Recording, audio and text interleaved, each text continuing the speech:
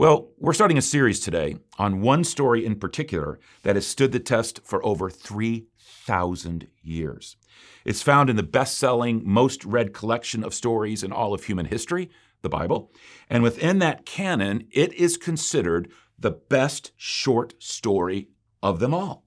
And it's simply called Ruth.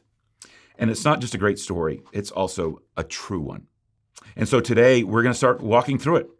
But we're going to start at the very beginning today and kind of lay some background so the story can really be savored as we get into it.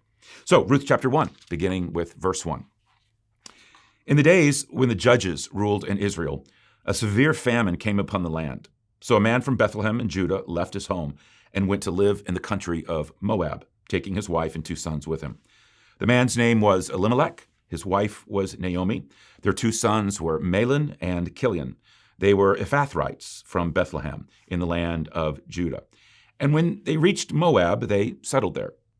Then Elimelech died, and Naomi was left with her 2 sons. The 2 sons married Moabite women. One married a woman named Orpah, and the other a woman named Ruth. But about 10 years later, both Mahlon and Chilion died. This left Naomi alone, without her 2 sons or her husband.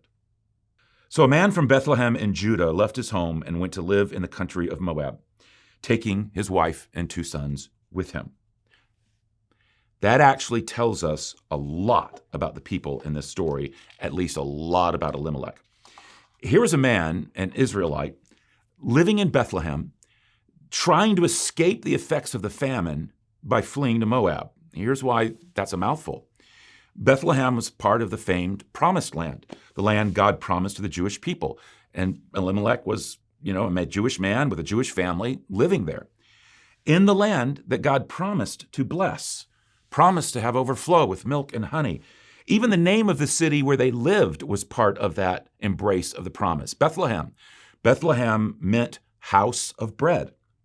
In the midst of a famine, the most common and expected response within a faithful Jew would have been a sense that something had caused God's deep displeasure. Hey, if there's famine here and nothing around us is in famine, we need to assume that maybe God's wanting to tell us something. And so they would have that sense, they would join with others and collectively repent and seek God's favor and to ask for forgiveness and to get right with God.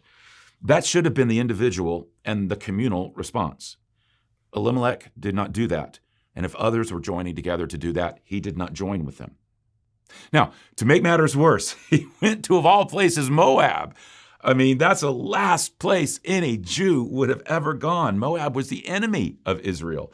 Moabites were descendants. They were looked down on already by the Jews because they were descendants of a man named Lot and his incestuous union with his firstborn daughter. They were the Jews' enemies, sworn enemies, because of the way they treated Israel during their journey from Egypt to the Promised Land. And not only that, during the time of the judges, Moab had even invaded Israel and even ruled over them for one 18-year period. So you're getting this picture of this man. No loyalty to his fellow Jews, no loyalty to the Promised Land, no loyalty to God, no loyalty to the nation of Israel. Well, crisis came, and the minute it did, he abandoned everything he should have clung to. He turned his back on God, and he went running toward the world. So what happens next? How did the attempt to flee it all go? Not so good, because what happens next is that Elimelech drops dead. We're told that Elimelech dies, leaving Naomi a widow with their 2 sons. The very thing he was trying to avoid happens to him the minute he gets there. And when you hear that, take pity on Naomi. So here she was alone in a foreign land, one that was hostile to her, people being an Israelite, and suddenly found herself a widow in their midst on top of that. It's hard to imagine a more tragic turn of events for this woman, any woman. But at least she had the good fortune of having 2 sons that could look after her. Well, then the plot takes another turn. Her sons marry, and they marry Moabite women, which tells you something about the sons, namely that the apples didn't fall very far from that tree. For a Jewish man to purposefully, intentionally marry a Moabite woman was just belligerent. No Ammonite or Moabite or any of their descendants for 10 generations may be admitted to the assembly of the Lord. These nations did not welcome you with food and water when you came out of Egypt. As long as you live, you must never promote the welfare and prosperity of the Ammonites or Moabites." Well, there you have it. So you can imagine what their spirit and attitude, these two sons, must have been for both of them to intentionally seek out and marry women from Moab. Even if it meant they were dooming their offspring to 10 generations of separation from the practice of the Jewish faith. So why did they do it? Besides the fact that they were obviously turning their back on their Jewish identities and faith. Well, probably expediency, just to fit in. The old line, "When in Rome, do as the Romans do," they probably needed to ingratiate or wanted to ingratiate themselves with the people around them. They wanted to get work. They wanted to get food. They certainly did not want to go back to Israel to find a wife. So this is just one more severing of any and all cultural and religious ties, and done with complete disregard for God and even treating God with disdain.